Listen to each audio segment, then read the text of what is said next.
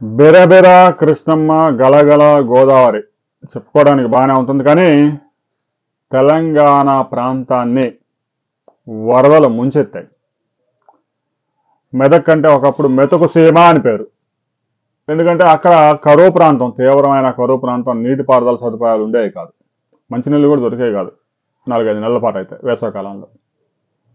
అలాంటి మెదక్లో ఆ పక్కనే ఉన్న కామారెడ్డి, సంగారెడ్డి జిల్లా, ఈ ప్రాంతాలన్నీ వరద గుప్పెట్లో ఉన్నాయి.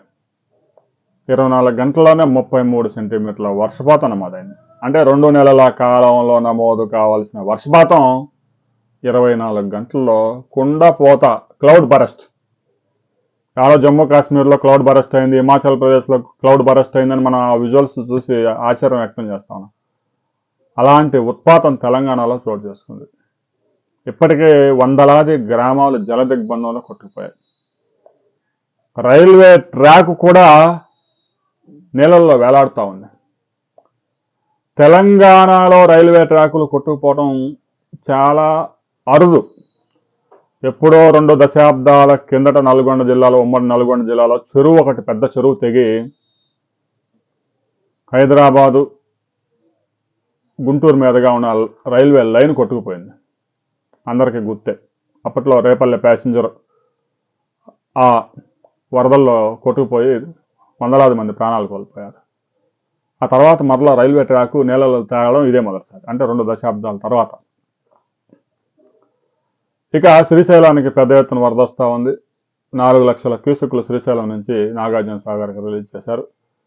తెలంగాణలో అతి భారీ వర్షాలు నమోదైన ప్రాంతాల నుంచి పెద్ద ఎత్తున ఇటువైపు కృష్ణా జిల్లాకి మూసీ నది ద్వారా గోదావరికి పెద్ద ఎత్తున వరద చేరుతూ ఉంది. మంజీరా నది, శబరి పొంగి ప్రవహిస్తూ ఉన్నాయి. ఇక శ్రీరామ్ సాగర్ బ్యాక్ వాటర్తో అనేక గ్రామాలు వరద ముప్పులో ఉన్నాయి. ఇప్పటికే ముఖ్యమంత్రి రేవంత్ రెడ్డి వరద ప్రభావిత ప్రాంతాలన్నింటినీ పరిశీలించారు. ఎన్డీఆర్ఎఫ్ బృందాలు రంగంలోకి దిగాయి. వందలాది మందిని సురక్షిత ప్రాంతాలకు తరలించారు. నీళ్ళల్లో చిక్కుకున్న వారిని రక్షించారు. ఇక రాబోయే 2 రోజుల పాటు తెలంగాణలో, ఆంధ్రప్రదేశ్లో అక్కడక్కడ మోస్తరు వర్షాలు, కొన్ని ప్రాంతాల్లో 1-2 ప్రాంతాల్లో భారీ వర్షాలు నమోదయ్యే అవకాశం ఉంది. ఆ వివరాలు మనం మరో వీడియోలో తెలుసుకుందాం. గోదావరి పొంగి ప్రవహిస్తూ ఉంది.